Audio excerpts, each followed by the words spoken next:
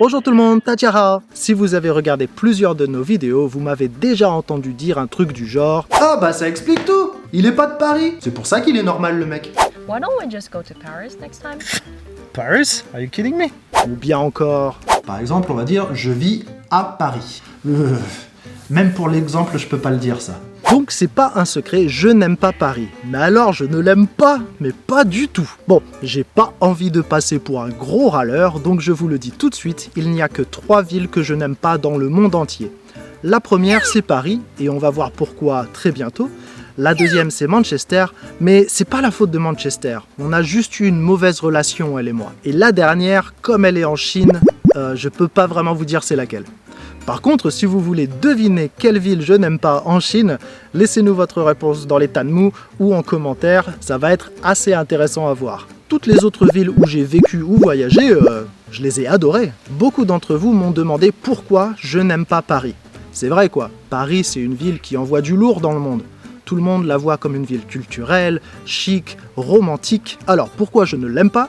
Je vais tout vous dire dans cette vidéo. On en reparlera à la fin de cette vidéo, mais je tiens à préciser dès maintenant, je suis d'accord pour dire que Paris a énormément à offrir. Il ne faut surtout pas venir en France sans passer par Paris.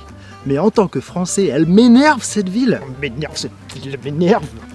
Paris, Paris, Paris. Déjà, comme pour des millions d'autres gens sur la planète, elle m'a personnellement déçu. J'ai grandi à la campagne et la première chose que je voulais faire après le lycée, c'était partir étudier à Paris, la grande ville. Et quand j'y suis arrivé, ça s'est tout de suite pas très bien passé. Mais quand je dis tout de suite, c'est vraiment tout de suite. Faut vous imaginer le petit gars de la campagne de 18 ans qui descend du train et va demander un renseignement au guichet de la SNCF. Paris. Pardon, le RERB, c'est par où s'il vous plaît? Bah, il suffit de suivre les panneaux RERB, hein. Touriste. Bon, au début, je me suis dit, c'est peut-être que ce mec, il avait peut-être passé une mauvaise journée. Mais non, ils font tous la tronche à Paris. Même les gens dont c'est le boulot de t'accueillir. La dernière fois où j'y suis allé, je me suis fait envoyer bouler par le réceptionniste de l'hôtel où je restais. T'imagines toi, je suis client de l'endroit et il m'a traité comme si je lui avais marché sur le pied. Bon, c'est connu, les Parisiens, ça ne sait pas sourire.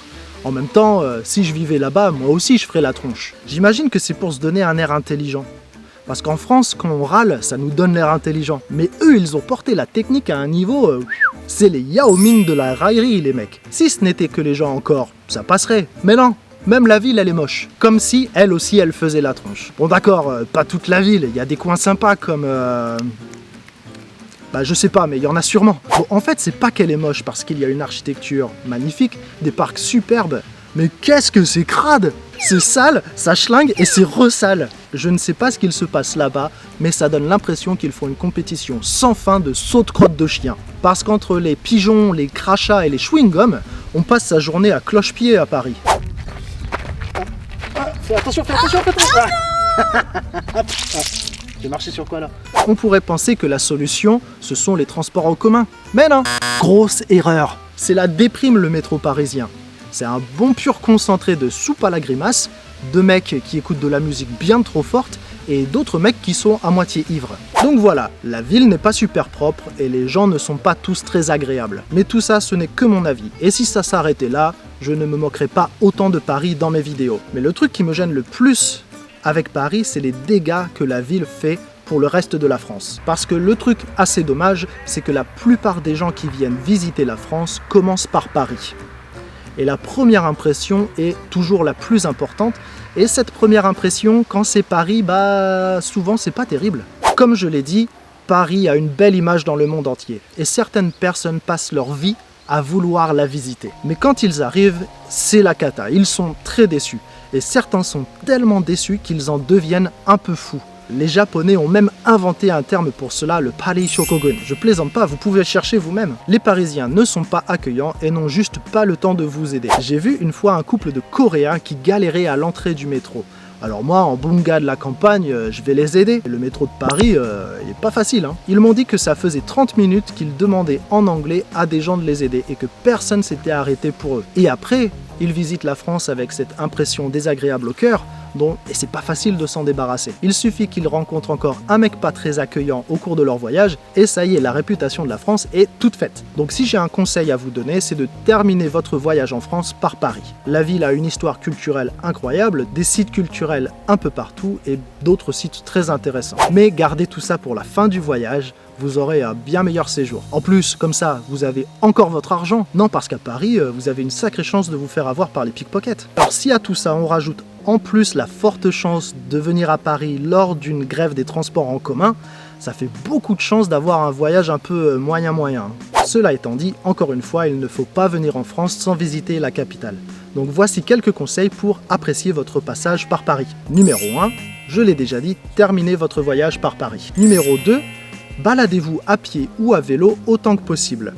Le Vélib, ça a l'air d'être un système plutôt sympa, et tant que l'on évite certaines routes, ça reste beaucoup plus agréable que le bus ou le métro. Numéro 3, séparez votre passeport et votre portefeuille. Comme ça, si vous vous faites voler un, vous ne perdez pas l'autre en même temps. Ah, tu penses que je rigole là? Bah moi j'en connais un ou deux qui auraient adoré avoir ce conseil avant d'arriver à Paris. Numéro 4, profitez des terrasses. Les terrasses de café ou de restaurant, pour moi, c'est l'un des meilleurs aspects de la France. Et Paris en a énormément de très bien situés. Bon, tout est un peu trop cher, mais ça reste très agréable. Et enfin, numéro 5, étant moi-même un gros geek de l'histoire, Paris, pour moi, c'est surtout l'occasion de visiter des sites culturels et historiques qui ont marqué l'histoire de la France. Et parmi tous ces sites, s'il y a une visite que je vous recommande pleinement, c'est celle des catacombes de Paris.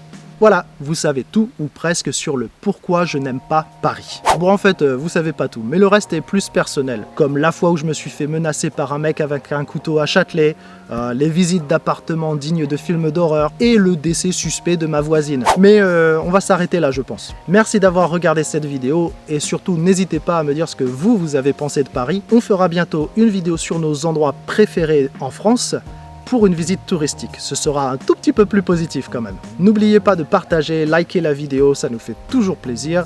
Et moi je vous dis à très bientôt. À plus!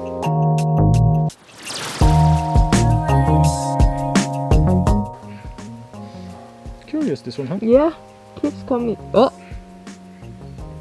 Tu vois pourquoi j'aime la campagne plus que Paris?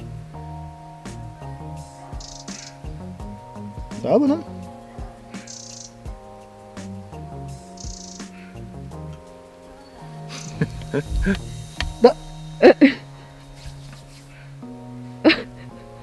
this one loves your hoodie, huh? Il y a un papillon qui m'aime bien ici.